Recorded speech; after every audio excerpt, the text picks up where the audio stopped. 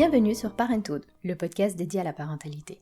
De l'envie d'avoir un enfant à sa conception, de la grossesse à l'accouchement, du postpartum au début et difficultés de l'éducation, ce sont des mamans et des papas qui viennent témoigner et partager avec nous leur vécu et leurs expériences, mais aussi des professionnels qui répondent aux questions que l'on se pose.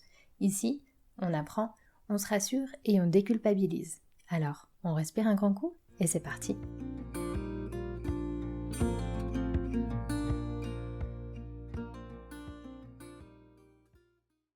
Lorsque Mélanie s'est présentée et m'a expliqué ce qu'elle faisait dans la vie, j'ai presque ressenti un léger vertige tant ses activités et ses engagements sont nombreux. Ancienne directrice de projet web, elle a décidé de se reconvertir afin d'accompagner au mieux les parents qui débutent l'aventure de leur vie. Des ateliers de bébé-signe, des ateliers pour apprendre à porter son bébé, des cours de yoga, des cercles de rencontres de jeunes parents sont tout autant d'activités qu'elle a mises en place dans le pays de Gex dans le cadre de Nassama. Mais ce n'est pas tout. Elle bichonne également de jeunes parents en étant maman contact pour l'association des super mamans et elle est conseillère pour la super boutique Mom and the Gang. Vous l'aurez compris, Mélanie vit à 100 à l'heure et fait partie de ces personnes qui aident véritablement les jeunes parents en les entourant et en les conseillant au mieux. Maman de 3 petits cœurs, c'est dans des pays et régions différentes les unes des autres qu'elle a vécu ses 3 grossesses, ses 3 accouchements et surtout ses 3 postpartum. C'est là qu'elle s'est rendue compte qu'il y avait tant à faire. Et elle a su tirer profit de ces expériences incroyables et les mettre au service des autres. Soutien, écoute, partage d'expériences et sororité sont tout autant de mots qui définissent ses activités. Je vous laisse donc découvrir ici son histoire et puiser à la fois dans la richesse de ses expériences et dans l'énergie qu'elle dégage. On est avec Mélanie aujourd'hui, Mélanie de Nassama. Bonjour Amna. Et on est aussi avec Maxine. Oui, coucou ma Maxine. petite dernière qui est là avec moi. Mélanie, est-ce que tu pourrais nous dire qui tu es, ce que tu fais et puis nous présenter ta famille? Alors, donc je m'appelle Mélanie, je suis maman de 3 enfants. Nathan, 8 ans et demi, Samuel, 6 ans et donc Maxine, 2 ans 3 quarts. C'est important. Dans une vie antérieure, j'étais directrice de projet dans le marketing digital et depuis 2 ans, je suis en reconversion, le mot utilisé maintenant, en reconversion pour accompagner les parents dans leur parentalité. Donc j'ai fait plusieurs formations et je propose des activités pour les moins de 18 mois. Donc des cercles de futures mamans et jeunes mamans. Des ateliers de bébé-signe, de bébé-yoga et également des ateliers de portage. C'est hyper intéressant. Ouais, c'est chouette, je suis ravie de ce changement, je me sens vraiment à l'aise. Ce qui me plaisait beaucoup dans le marketing digital, je pense, c'était la relation client et ce besoin de discuter, de rencontrer des gens et c'est ce que je retrouve là avec les parents. C'est vraiment beaucoup plus épanouissant. Oui, je comprends.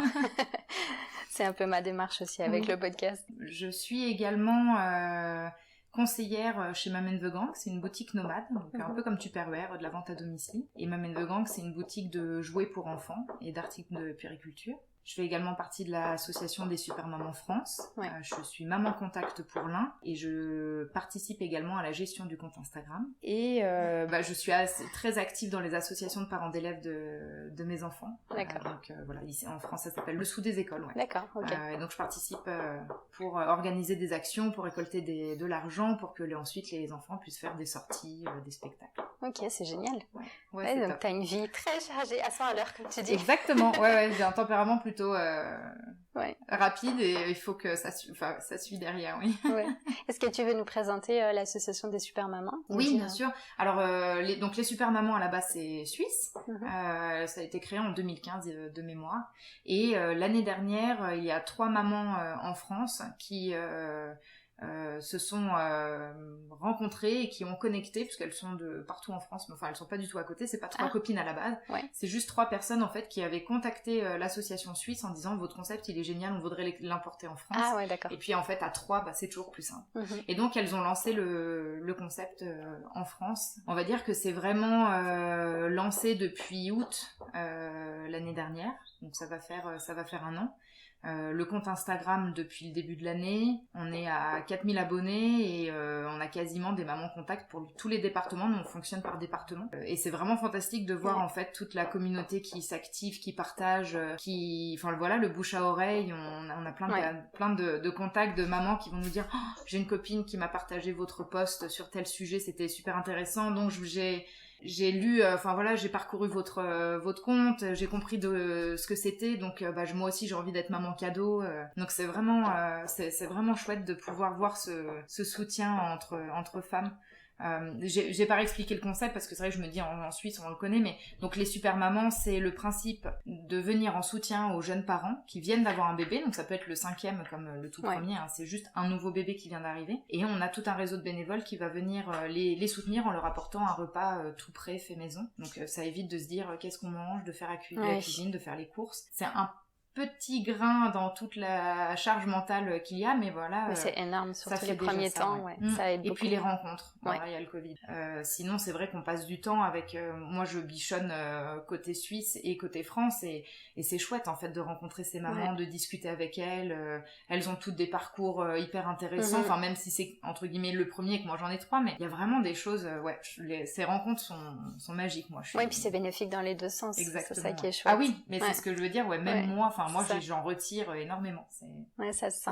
Mais comme tu dis avec le Covid, ça veut dire qu'en ce moment du coup il y a ce bichonnage mais à distance ou ça? Alors il y a toujours le bichonnage, et après en fait ça va dépendre des mamans cadeaux et des mamans à bichonner. Il y a des mamans à bichonner qui sont un petit peu stressées, qui ont un peu peur avec le Covid, qui sont peut-être à risque aussi, donc dans ces cas-là ça va être juste une dépose de plat. Il y a toujours ce soutien avec le repas, mais il n'y a pas l'aspect rencontre, l'aspect discussion. Après, il y en a qui sont plus à l'aise, on va dire, ou alors j'ai fait aussi avec une maman, on a fait une balade. On était en extérieur, c'était aussi plus simple, j'ai apporté mon plat et puis on est parti se balader autour de chez elle. Ça la faisait sortir, elle me disait, à chaque fois je sors toute seule avec ma poussette, là au moins on papote un petit peu. Les bichonnages se sont pas stoppés.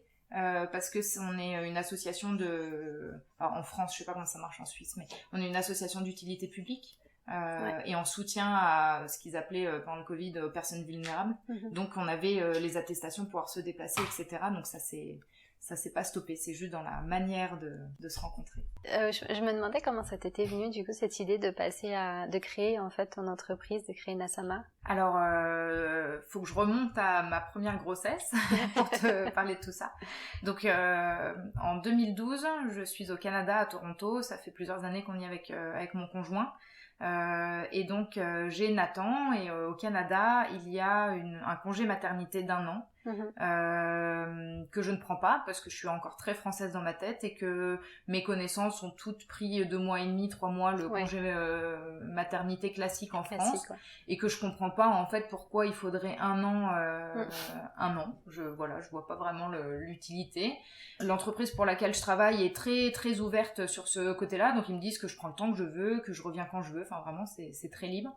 Et donc avec Nathan, j'ai vraiment eu une belle expérience. Enfin, franchement, pour un premier, ça a été ma meilleure grossesse, mon meilleur postpartum, parce que je pense qu'il y a aussi toute une dynamique différente au Canada.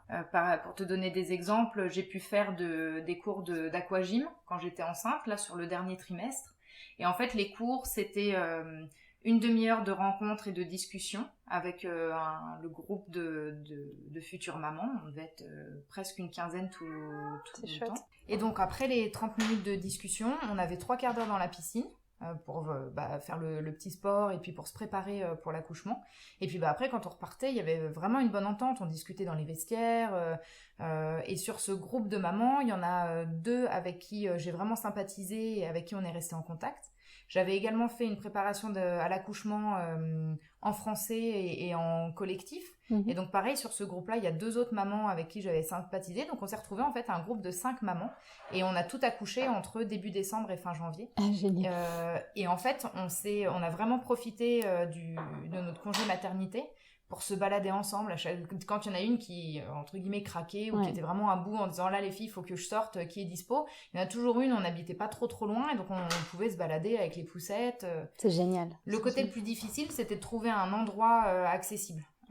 C'est vrai que un peu comme ici, trouver un restaurant quand t'arrives avec 3 poussettes, on était au Canada et on avait des roues, des trucs un peu imposants.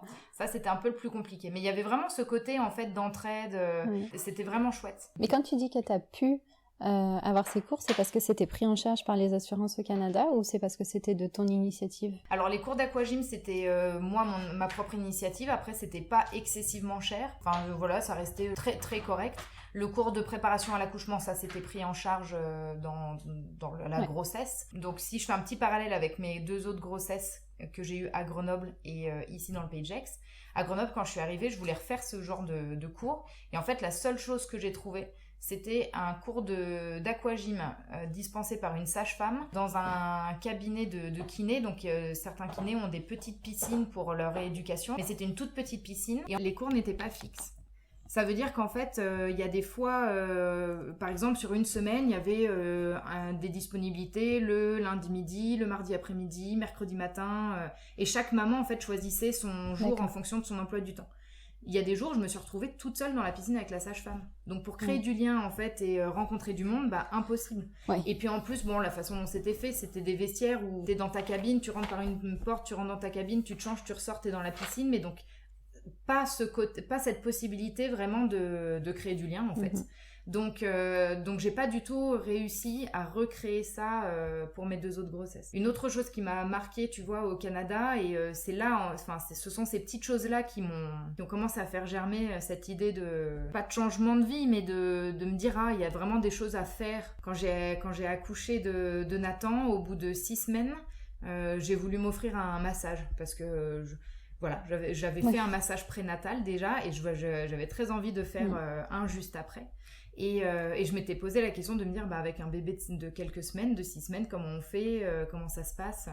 Et donc j'avais recontacté l'endroit où j'avais fait mon premier massage, qui m'avait dit mais vous inquiétez pas, vous nous précisez en fait que vous venez avec votre bébé, puis on a une babysitter qui est là, et puis quand vous arrivez, vous laissez votre bébé, elle est juste à côté. Si il faut l'allaiter ou le nourrir pendant, on viendra vous voir pendant la séance, ou si vous avez un biberon, on donnera un biberon. Enfin en fonction, on s'adapte. Mais donc il n'y a pas de souci, vous venez et puis on s'arrangera pour que vous ayez du temps pour vous qui soit très agréable et que votre bébé soit juste à côté. Je me dis, c'est fantastique. Ouais. Ils ont tout compris, c'est ce qu'il faut, parce que quand tu es enceinte, quand tu viens d'accoucher, tu as tellement besoin d'être bichonnée à un moment ou à un autre, c'est essentiel.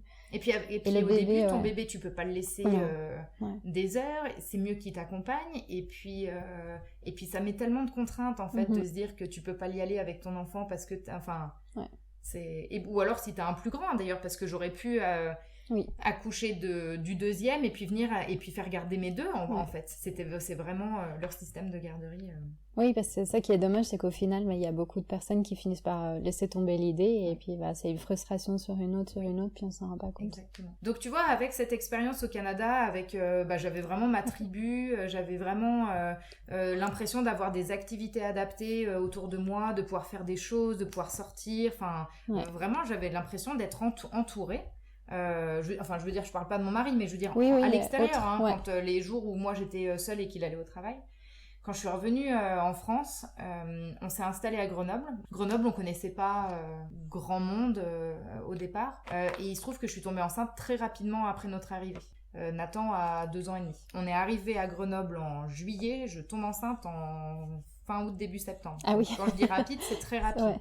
Donc on n'a pas encore eu le temps vraiment de bien s'installer, on n'a pas forcément encore de réseau social bien établi. Enfin, on a quelques connaissances, mais ils ont déjà aussi un peu leur vie. Enfin, voilà. Puis en plus, avec un enfant, il faudrait que ce soit des gens qui aient aussi un enfant, qui comprennent les contraintes. Exactement, donc voilà. Donc ça se met en place petit à petit. Et en fait, la grossesse en soi, c'est pas mal passé, mais je me suis sentie seule. Alors que tu vois, j'étais en France. Enfin, il y en a plein qui m'ont dit mais t'es en France, t'es revenue, c'est facile. Non, en fait j'ai trouvé ça beaucoup plus difficile. J'étais en France, j'avais pas de copine sur place qui était entre guillemets dans ma situation à moi. Donc ça a été compliqué. En plus Nathan qui avait 2 ans et demi, ça veut dire qu'il allait rentrer à l'école, mais il avait une nounou. La naissance de Samuel a été plus difficile pour moi à vivre. Bon, après on a aussi déménagé, il y a eu d'autres choses en plus, mais ne serait-ce que sur ce plan-là, ça a été compliqué, je savais pas où sortir. À chaque fois que je demandais à mes sages-femmes si elles avaient des groupes de rencontres, discussions, il y avait pas, elles faisaient pas, elles savaient pas vers qui me tourner. Quand je cherchais l'aquagym, on savait pas. Quand je cherchais d'autres activités de maman, il y avait pas grand-chose. J'ai fait une petite préparation à l'accouchement, mais c'était pas en collectif. C'était en individuel parce que j'avais déjà eu la préparation. Et puis parce qu'en fait, quand j'ai fait ma préparation, on s'est aperçu que Samuel était en siège. Et donc, en fait, on a programmé une deuxième césarienne. Mon col s'était pas dilaté et puis que, au bout d'un moment, il faut bien qu'il sorte. Oui, Nathan était gardé. Donc ça, enfin voilà, il y a toujours ces aspects qui sont quand même bénéfiques, c'est-à-dire qu'il va chez une nounou, il y a généralement d'autres enfants, donc on rencontre les autres enfants, la nounou va au parc, on va au parc les chercher, donc et puis les enfants, je trouve que ça facilite quand même les rencontres, parce que voilà, on peut rencontrer un peu plus facilement, mais n'empêche que c'est vrai que pendant ce congé maternité, j'ai réalisé en fait toute la chance que j'avais eue d'avoir un premier accouchement au Canada, et toute la chance d'avoir pu vivre ce que j'avais vécu là-bas et les rencontres que j'avais pu faire et tout l'accompagnement dont j'avais bénéficié. Et donc en fait c'est là où je me suis dit, c'est fou en fait en France ce qui peut manquer, enfin c'est fou la différence, c'est pas un avancement mais je sais pas, la différence là-dessus, les Canadiens sont beaucoup plus famille, je me souviens à 17h, 17h30 tout le monde rentre chez soi pour grand maximum en fait, tout le monde rentre chez soi pour profiter, donc il y a vraiment tout ce côté qui est beaucoup plus famille, et donc à mon retour en France, avec ce deuxième accouchement, ce deuxième bébé qui est arrivé, j'ai commencé à me dire ah là là, mais ça serait génial de pouvoir avoir un lieu où les enfants peuvent venir sans qu'on les regarde on te regarde avec des grands yeux quand tu arrives avec ta poussette, et voir plusieurs enfants des fois, ou te dire que tu as un endroit où il y a des activités qui sont faites pour enfin que t'es pas en train de courir à plusieurs endroits pour avoir des activités, faire des rencontres. Des sortes de café blabla, café poussette, etc. Enfin, et donc voilà, donc j'avais cette idée-là en tête. Après, je travaillais dans une agence de com parisienne. Je faisais des trajets de temps en temps et ça se passait bien. Et donc j'étais pas du tout en mode entrepreneur, lance ton truc. Enfin, loin de là. Le côté quand même rassurant d'être salarié, le côté facile en termes d'organisation, parce qu'on sait quand est-ce qu'on travaille, on sait quand est-ce qu'on a terminé, enfin, même s'il y a des contraintes, on peut pas prendre des rendez-vous n'importe quand, c'est quand même plus facile. Donc j'avais juste ce petit truc qui me disait ah là là, ça serait quand même chouette si il y avait. Et puis Samuel est arrivé. Finalement le congé maternité est vite passé, même si j'ai pris 4 mois aussi. J'ai rallongé un petit peu pour le déménagement, puis sinon ça tombait en plein été. Je trouvais ça dommage de reprendre le boulot en plein été. Et puis 1 an après, j'ai eu une opportunité en fait pour venir travailler sur Genève, dans une autre agence de communication. Donc on a déménagé ici et voilà, on s'est installé, on était à Gex au départ, on a pu les enfants étaient à l'école, donc on a vraiment créé rencontré du monde, créé des amitiés. On a eu plus le temps de s'installer avant que je tombe enceinte en 2018 pour Maxime. Ouais, et puis c'était un moins grand changement de venir d'un autre continent, du Canada. Alors honnêtement, j'ai pas trouvé. Pour moi, c'était tout pareil, sauf dans la logistique du déménagement en soi. Mais alors après, passer de Toronto à Grenoble ou de Grenoble à ici, de toute façon, on perdait tous nos repères. Il y avait plus les connaissances. On n'allait pas non plus dans un endroit où on avait des amis. Enfin, quand on est arrivé ici, on connaissait personne à la base. On connaissait un peu du monde en Haute-Savoie, mais pas forcément plus. Donc, en fait, ça a fait à peu près le même... Oui, c'était assez équivalent. Oui, on s'est installés. Les enfants... Nathan allait déjà à l'école aussi, donc ça aide aussi pour les rencontres. On a rencontré les autres parents d'élèves. Il y a eu les anniversaires où ils sont invités, etc. Donc, on a créé facilement du lien. Et puis, ma 3e grossesse a eu lieu plus d'1 an et demi après qu'on soit installé, donc on avait aussi eu plus de temps pour... Samuel, il était avec une nounou aussi cette pareil, fois-ci. Oui, à chaque fois on a eu des nounous pour les enfants. Et puis donc voilà, donc j'ai commencé mon travail sur Genève. J'étais hyper contente, c'était des chouettes entreprises à chaque fois. Et puis j'ai commencé à avoir ce petit truc de me dire quand même... en discutant avec d'autres parents, Samuel était quand même petit encore, il avait tout juste 1 an et demi, donc encore ce manque un peu d'endroits où aller. Le Pays de Gex, c'est pas moins de choses qu'à Grenoble, mais voilà, c'est pas la même chose, c'est pas une grande ville, donc il y a quand même un peu moins de services, c'est un peu plus difficile certaines choses. C'était tellement bien au Canada, toutes ces petites choses-là, ça serait tellement chouette de les voir émerger ici. Quand je suis tombée enceinte et que j'ai commencé pareil à revoir qu'est-ce que j'allais faire, on a eu l'occasion de faire de l'aptonomie avec mon conjoint, c'était chouette, mais tu vois, il y a une sage-femme qui faisait de l'aptonomie, qui a d'ailleurs déménagé, donc je crois qu'il y en a une qui va arriver, mais... Enfin, et tu te dis, dans le Pays de Gex, il n'y en a qu'une, enfin, c'est hyper dur en fait de pouvoir faire toutes ces choses-là, et Ça veut dire qu'en termes de prise de rendez-vous, en plus de déplacement, c'est ça. Pas et puis je veux dire, t'es enceinte qu'à un certain moment, donc si tu peux pas commencer l'aptonomie au bon moment, tu... Oui, en plus c'est très limité pour commencer l'aptonomie. Ouais. Donc toutes ces petites choses-là, j'ai vraiment repensé au projet et j'ai dit à mon mari, écoute, il faut que je vois si ça peut marcher, il faut que je teste en fait, parce que sinon je vais avoir des regrets de pas avoir essayé quelque chose. Je sens, je sentais que ça bouillonnait un petit peu, que ça commençait à grandir et j'avais besoin de tester. Donc voilà, Maxine est arrivée. Je réfléchissais, alors en parallèle c'est un grand mot, mais disons que j'avais réussi à lancer un questionnaire pour poser des questions sur les attentes, les besoins dans la région, pour voir un petit peu comment ça se passait. Et puis j'ai construit mon projet autour d'un lieu physique pour venir soutenir et accompagner les parents. Vraiment un lieu où les parents peuvent venir rencontrer d'autres parents, participer à des activités, sans dire que j'allais faire un annuaire complet de tous les professionnels, etc. Mais si on venait me demander au fait, j'ai telle problématique, est-ce que vous savez où je pourrais trouver telle compétence, ou leur dire je connais cette personne personnellement, allez-y les yeux fermés, ou on m'a parlé de cette personne, et donc de pouvoir faire un peu ce travail de réseau en fait pour que les parents se sentent moins seuls dans leur recherche et dans leur avancement de la parentalité. Tout s'est mis un petit peu en route, il y a eu la recherche de local, la mise en place du projet, etc. Et malheureusement, entre guillemets, c'était 2019, donc juste avant parce que là, tu avais déjà accouché à ce moment-là. J'ai accouché fin novembre, voilà. Donc en fait, j'ai profité de mon congé mat de fin novembre 2018 à début 2019 pour réfléchir à ce que je voulais faire, etc. Ouais, et puis la Covid. J'ai repris un petit peu le travail, et puis après, j'ai requitté parce que je voulais vraiment me poser sur le projet.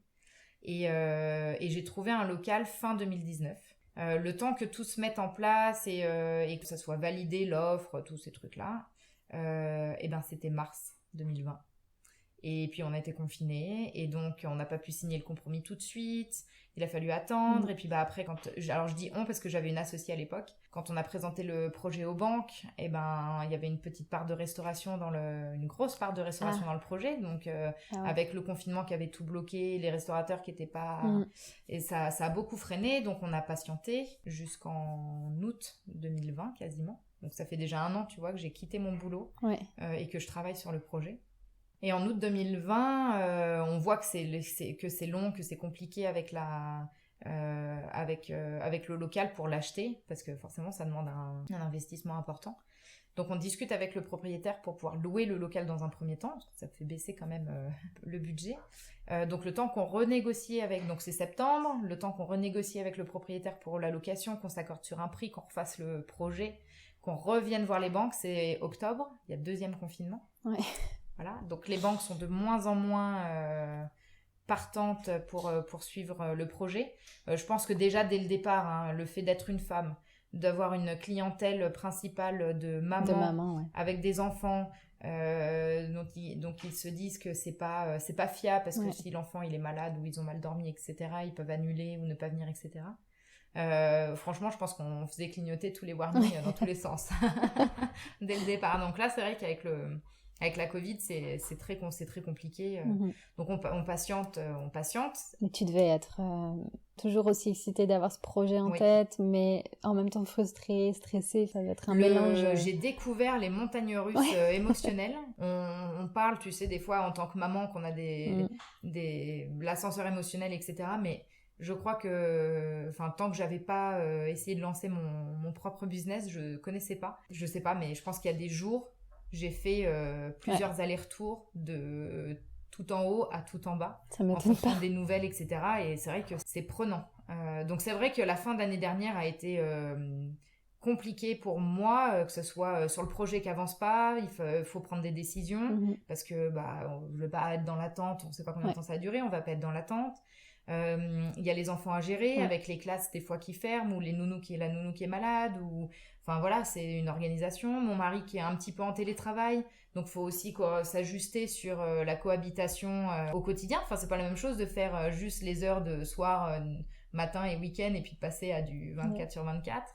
Donc oui, ça a été une grosse adaptation l'année dernière. J'en suis pas sortie, je trouve que là c'est toujours très compliqué de gérer en fait son business, d'essayer de lancer quelque chose.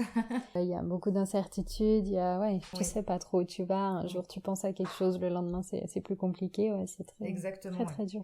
Et puis mine de rien l'adaptation en fait. Mon mari est salarié à 100%, donc il peut s'arranger de temps en temps pour garder les enfants et voilà, mais il va pas poser des jours tout le temps. Ouais. Donc c'est vrai qu'en étant à la maison, même si j'ai potentiellement du travail à 100% pour monter mon affaire, c'est quand même moi qui ai pris en charge à chaque fois la gestion des enfants et de la maison pour s'adapter pour le Covid. Et donc c'est vrai qu'en fait c'est difficile quand tu veux te lancer dans l'entrepreneuriat et qu'à côté il y a toujours des imprévus et des choses qui font que ça se passe pas pareil. Là par exemple ces 15 derniers jours d'août je ne devais pas voir les enfants, je devais être à fond Nassama et en fait je me retrouve avec les 3. Alors j'ai réussi à caler les garçons au centre aéré de temps en temps, mais on avait fini les contrats de nounou avec Maxine, etc. Donc je l'ai tous les jours. Donc, pour travailler, c'est vrai que c'est ça que je trouve très compliqué là en tant que maman entrepreneur. Tu sais pas forcément où tu vas en fait. C'est ça. L'énergie que ça te demande de créer et de faire ce que tu as envie avec ton projet, l'énergie que tu as à côté pour ta famille, l'énergie que tu essayes d'avoir pour toi, parce que bon, il n'y a pas que le boulot et la famille, c'est difficile, et c'est vrai que c'est pour ça que je suis ravie de faire tous mes ateliers là avec les parents, parce que ils s'en rendent pas compte, parce que moi je viens les aider, ils ont des petits, ils ont des plus petits, et donc ils sont dans leur quotidien et dans la gestion des petits qui est pas toujours facile. Mais en fait moi j'en ressors toujours remplie de, je sais pas, de bonheur, de joie en fait, un peu allégée, et ça me permet vraiment de tenir et de faire d'autres choses. Enfin c'est assez impressionnant en fait. Je m'attendais pas à retirer tout ça de mes ateliers, donc c'est ça qui me booste pour continuer à fond. C'est chouette parce que ça confirme que du coup tu es sur la bonne voie, et d'avoir laissé ton travail et tout, et que tu vas continuer comme ça. Oui.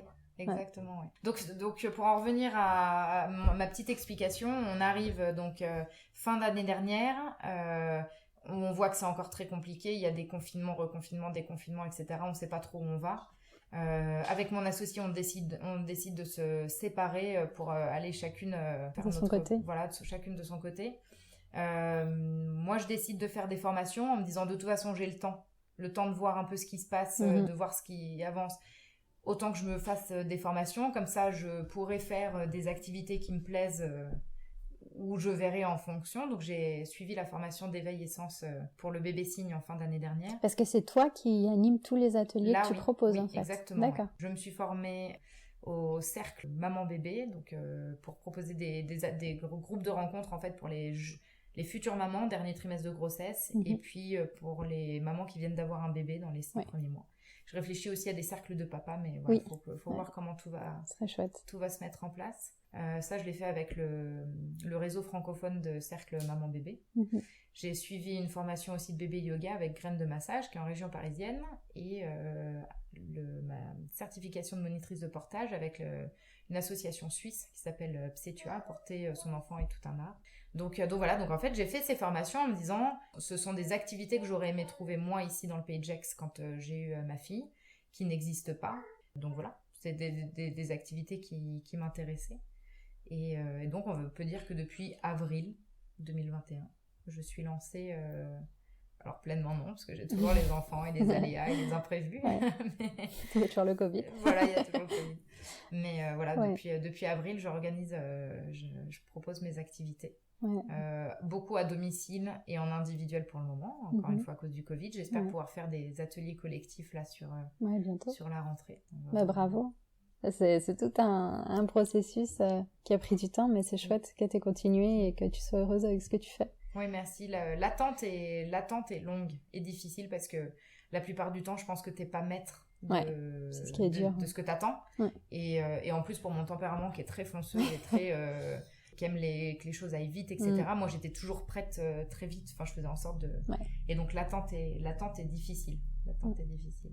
Je pense merci au nom des parents, parce que c'est vrai que quand on attend un enfant, les mamans comme les papas, je pense que c'est hyper rassurant de se dire soit qu'il y a un endroit où tu peux aller poser des questions, soit qu'il y a une personne qui peut te répondre, parce que quand tu parlais quand tu étais à Grenoble et puis qu'on savait pas trop où t'envoyer, c'est vrai que tu te sens vite seule. Et puis on parle plus maintenant du postpartum, heureusement, c'est une bonne chose.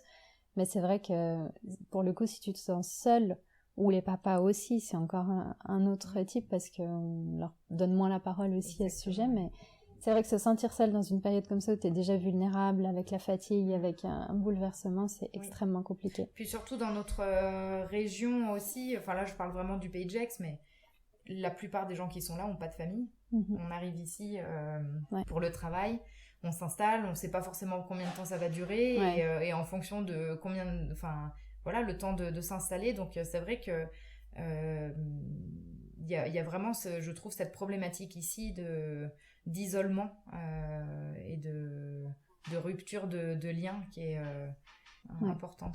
Voilà, j'espère à ma manière pouvoir justement renforcer et recréer une communauté de parents pour qu'il y ait vraiment ce soutien et ces échanges en toute bienveillance et sans jugement, parce que le but c'est pas but c'est vraiment pas de juger les autres, c'est juste d'être là pour les écouter, pour ceux qui veulent parler, de faire le lien entre les gens, entre les parents et les professionnels, etc. C'est chouette en plus que tu viens avec ton expérience de quelqu'un qui a vécu ici dans notre région, ou qui a vécu en France à Grenoble, c'est pas très loin, c'est un peu la même région. Mais au Canada aussi, où il y a une grosse différence pour le coup, et d'avoir vraiment le ressenti, l'ouverture d'esprit du Canada. Et d'ailleurs, en parlant de ça, je sais pas, tu as parlé de ta grossesse en expliquant que ça s'était bien passé. Au final, ton congé maternité, tu t'as pris 4 mois, tu l'as fait à la française, c'est ça? Canada, oui, j'ai pris 4 mois. D'accord. Au bout de 2 mois, assez vite, je me suis dit que 2 mois et demi, c'est peut-être peu quand même, que j'allais prendre un petit peu plus. Et en effet, je me souviens quand je suis arrivée aux 2 mois et demi, je me suis dit mais comment elles font les Françaises qui doivent mettre leur bébé à la crèche ou chez la nounou à cet âge-là, qui n'ont pas l'opportunité de prendre plus de temps. Mais au bout de 4 mois, Nathan, j'étais prêt à retourner au travail. Ça, même si j'avais mon groupe de mamans, j'avais ce besoin de parler adulte. Enfin, je sais pas, tu vois. Oui. Mais c'est bien que tu aies le choix, tu vois. Oui. C'est ça qui est pas mal, de se dire, si j'ai envie de rester plus longtemps, je peux, mais si je veux retourner plus tôt, parce que j'ai besoin aussi d'activité. On a tous des tempéraments différents, donc de pouvoir aussi s'écouter, c'est bien. C'est vrai que 2 mois et demi, c'est extrêmement court pour certaines personnes. 1 an pour certaines, c'est peut-être trop long, donc pouvoir adapter, c'est chouette quand même. Oui, non, exactement. Alors c'est rigolo parce que pour Nathan, j'ai pris 4 mois, j'aurais pu en prendre 1 an, mais donc j'ai pris que 4 mois. Pour Samuel, j'ai prolongé un petit peu, et donc au final, j'ai pris 5 mois. J'ai dû prendre 5 mois au total pour Samuel. Et pour Samuel, il y avait le congé maternité classique français, il y avait le congé parental, mais oui, j'allais pas prendre les 3 ans non plus, enfin c'était pas l'objectif. En entreprise, donc, tu l'as, le congé parental ? En France, oui, tu as un congé parental que tu peux prendre. Je pensais que c'était plutôt dans le public, mais alors non. Non, c'est national. Et pour Maxine, en étant salariée sur Suisse, le congé parental n'existe pas. Donc il y a les 4 mois, les 16 semaines après l'accouchement, donc déjà qui sont top parce que c'est quand même un long moment par rapport à la France, mais il n'y a pas le congé parental. Et là, tu vois, là j'aurais bien pris 1 an. Ouais. C'est marrant en fait. Hein. Oui. On se dit, je l'ai pas pris au départ parce que ça me semblait inutile, et puis là en fait au bout de 3, je me dis quand même. 1 an, ça m'aurait... 1 an, ça aurait été bien. Ouais. Pour tout ce qui était accouchement ou même postpartum, mais surtout accouchement au Canada, t'as vu une différence aussi par rapport à ici ? Ah ouais ? Oui, parce qu'au Canada, j'ai été accompagnée par une sage-femme du début à la fin. Je sais pas comment c'est en Suisse, mais en France, quand tu es suivie par une sage-femme, de toute façon, ta visite de 8e mois et de 9e mois, tu dois le faire auprès d'un gynécologue et du gynécologue de la maternité ou de la clinique où tu vas accoucher. Donc, tu as un suivi, mais qui est coupé. Après, tu vois quelqu'un que tu n'as jamais vu, que tu vois que 2 fois. Et quand tu vas accoucher, tu sais pas si tu vas accoucher avec elle, parce que ça dépendra des gardes, sauf si tu es en clinique privée, etc. Mais tu sais pas trop. Au Canada, j'ai eu 2 sages-femmes qui se relayaient. En fait, c'est un binôme. Tu les vois pendant toute ta grossesse, les 2 de manière à peu près équivalente. Donc tu les connais bien, toutes les 2. Et en fait, le jour de mon accouchement, quand ça s'est déclenché, je l'ai appelée à 4h du matin en lui disant « contraction !» tout ça. Elle est venue à 6h pour voir un petit peu où ça en était. J'étais très loin. Elle est revenue à 10h et elle est revenue à 15h. Tout ça chez moi. Je suis restée chez moi. T'étais chez toi. J'étais chez moi. C'est elle qui s'est déplacée à chaque fois. Est-ce que c'est elle qui t'a conseillé d'attendre ou c'est toi qui sentais que c'était pas encore le moment? Non, parce qu'en fait, alors moi j'avais déjà dit que je voulais accoucher en milieu hospitalier. Je voulais pas faire un accouchement naturel à la maison. J'avais indiqué que j'essaierais de pas avoir la péridurale le plus possible, mais que, si besoin, je le prenais. Je voulais pas faire un truc naturel forcément. Je voulais juste écouter mon ressenti. Et en fait, il se trouve que donc mes contractions ont dû commencer vers 2h du mat. Et à 15h, quand elle est revenue me voir, j'étais dilatée qu'à 1,5 avec encore le col long, pas du tout prête. Donc c'était long et j'en pouvais plus et j'étais fatiguée et j'avais mal. Et donc on a décidé d'aller à l'hôpital. Quand on est arrivé à l'hôpital, elle nous avait dit allez pas au bureau d'accueil, vous allez dans la pièce à côté. Quand je suis arrivée dans la pièce à côté, j'ai juste dit oui bonjour, c'est Mélanie, je viens accoucher. Et on m'a dit ah bah oui, votre sage-femme est déjà là, elle a préparé votre chambre, allez-y, c'est la numéro machin. Elle etc. a préparé votre chambre. Elle avait préparé le dossier, elle avait fait toutes les démarches administratives nécessaires et.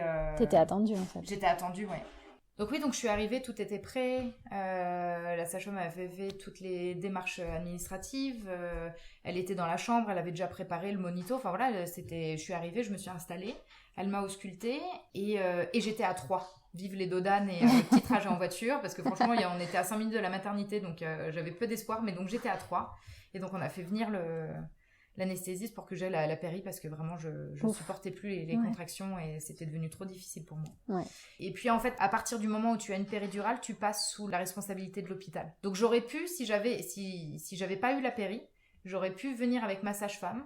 Elle aurait pu continuer à faire tout mon accouchement. J'aurais pu accoucher avec elle au sein de l'hôpital et avoir juste cette proximité rassurante si jamais il y avait un souci. Mais donc là, la sage-femme est quand même restée pas mal avec moi. Elle a vérifié ce que ça donnait au niveau des contractions et tout. Mais ça veut dire que là, normalement, elle reste pas forcément avec toi à partir du moment où tu passes sous la responsabilité de l'hôpital. Mais elle devait pas avoir d'autres mamans. Et puis, et pourtant, on était un 31 décembre, donc elle aurait pu avoir autre chose à faire quand même. Mais donc non, elle est restée avec moi pour voir en fait l'effet de la péri, comment ça a marché, pour voir aussi ce qui se passait au niveau des contractions et si mon col se dilatait. Et puis finalement, en fait, il s'est pas dilaté beaucoup plus. Je suis montée à 7 et puis je suis restée bloquée à 7. Et donc elle était partie, puis elle est revenue en fin de journée pour voir. Et donc à ce moment-là, le personnel soignant en fait parlait de faire une césarienne parce que le cœur de Nathan à chaque fois commençait à montrer des signes de faiblesse. Et puis il était 21h enfin, depuis le début. Donc voilà, donc j'ai accouché par césarienne là-bas. Je suis sortie au bout de 3 jours parce qu'au Canada, avec une césarienne, c'est 3 jours. Avec un accouchement par voie basse, c'est 1 jour, enfin 24 heures. D'accord. Si tu rentres le matin, tu sors le soir. Et si tu rentres le soir, tu ressors le matin. Et après, donc en étant rentrée à la maison, la sage-femme est passée tous les jours dans un premier temps. Puis en espace, il y a un suivi qui est plus complet, je trouve, parce que j'avais une sage-femme aussi. Parce que les femmes qui n'ont pas de suivi par sage-femme et qui ont que un suivi avec leur gynéco de l'hôpital, il n'y a pas non plus, enfin c'est pas... Ça c'était ton choix. C'est parce que voilà, moi j'avais... en fait, j'avais discuté avec des amis qui m'avaient dit, l'hôpital de Toronto est excellent, il n'y a aucun problème, mais si tu es suivi par le gynécologue sur place, t'es un peu comme un numéro. T'arrives, c'est une infirmière ou une sage-femme que tu vois, la sage-femme te pose les questions, elle va faire l'examen. Le gynéco, il va rentrer 2 minutes juste pour confirmer les résultats ou te dire quelque chose, il va ressortir. Enfin, t'as vraiment l'impression que t'es un peu à la chaîne. C'est très dépersonnalisé et j'avais pas envie de ça. Et on m'a parlé d'un super cabinet de sage-femme où elles étaient 8 à l'époque, donc comme ça à faire les binômes et j'ai vraiment adoré le suivi, c'était vraiment chouette. Chaque rencontre avec la sage-femme était intéressante, c'était pas juste ça va pas, on écoute le cœur, c'est bon, hop, basta. C'était vraiment des questions sur comment ça va, est-ce que j'arrive à manger, qu'est-ce que je mange, le travail, le trajet, la nuit, les douleurs. J'avais j'ai le bassin qui bouge beaucoup, donc j'avais le nerf sciatique qui était coincé. Enfin voilà, j'avais vraiment un accompagnement. Mais t'étais écoutée et c'est rassurant. Ouais, exactement. En France et enfin à Grenoble et ici quand je suis revenue, donc j'ai fait le choix de reprendre une sage-femme parce que déjà d'ici le gynéco il est loin, s'il fallait que j'aille à Saint-Julien à chaque fois voilà, ça fait un trajet, donc j'ai eu des sages-femmes qui étaient aussi adorables et qui m'ont bien accompagnée, mais il y a quand même cette fin en fait parce qu'au 8e mois en fait tu passes avec l'hôpital en fait et la maternité et elles ont entre guillemets plus leur mot à dire, elles font plus le suivi et donc si tu les recontactes pas à la naissance en leur disant j'ai accouché, limite elles savent pas ce qui t'est arrivé, enfin tu vois, donc c'est un peu bizarre. Donc Samuel, je l'ai dit, j'ai eu une deuxième césarienne parce qu'il était en siège et qu'il a jamais voulu se retourner et qu'on m'annonçait un très gros bébé, et quand la gynécologue m'a dit de toute façon si il lève la tête en l'air, ça sera césarienne, s'il lève un bras, ça sera césarienne, s'il a pas les jambes croisées comme il faut, ce sera césarienne, si le travail se fait pas de manière régulière, ce sera césarienne. Au moment j'ai dit en fait on va faire césarienne tout de suite parce que j'ai déjà vécu beaucoup d'heures de travail pour finir en césarienne et j'ai mis énormément de temps à m'en remettre. Donc là en effet c'était le jour et la nuit avec l'accouchement de Samuel. Le soir je me levais, j'ai pu marcher beaucoup plus tôt à la maison avec Nathan. J'ai mis 15 jours à sortir de chez moi et à faire 100 mètres. Parce que t'étais fatiguée. Parce que j'étais fatiguée, j'avais mal, le travail m'avait énormément affaibli. Et puis le temps de récupérer avec un bébé qui demande aussi la cicatrice, enfin voilà. Et puis Maxine, 2 césariennes égale 3 césariennes, donc en fait j'ai une césarienne programmée avec elle. Et pareil, ça c'est passé super bien. Et par rapport à ton mari, t'as senti que pour lui l'accompagnement aussi il était différent entre le Canada et ici, ou est-ce qu'il avait peut-être plus sa place En fait, la différence, c'est que au Canada, il a participé à quasiment tous les rendez-vous de sage-femme. Alors peut-être aussi parce que c'était le premier enfant. Et après, il est venu à toutes les échographies et les rendez-vous, on va dire importants. Mais c'est clair qu'il n'est pas venu avec moi à chaque fois qu'il fallait que je fasse une prise de sang ou à chaque fois que je faisais une petite une rencontre avec la sage-femme pour discuter. J'en ai parlé un petit peu avec lui justement parce que je parlais avec des amis et puis avec la communauté des cercles de femmes dont je fais partie pour la formation que j'ai suivie. On parlait justement de la place des papas dans la société autour de la grossesse, de l'accouchement, du postpartum, de cette vie, etc. Et j'en discutais avec mon mari, c'est vrai qu'il m'a dit que lui, il n'avait pas forcément ressenti le besoin de faire forcément plus. C'est vrai qu'il y a des fois, il s'est senti un petit, pas exclu, mais juste...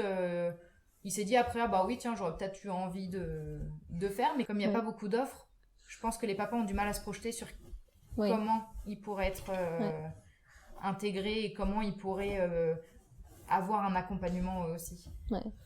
Comment tu te sens par rapport à la façon dont tu imaginais ta vie, en fait, plus jeune, tu t'imaginais déjà avec plusieurs enfants, et puis maintenant maman entrepreneur et tout, et on voit que t'aimes ce que tu fais et que t'es vraiment heureuse de ça.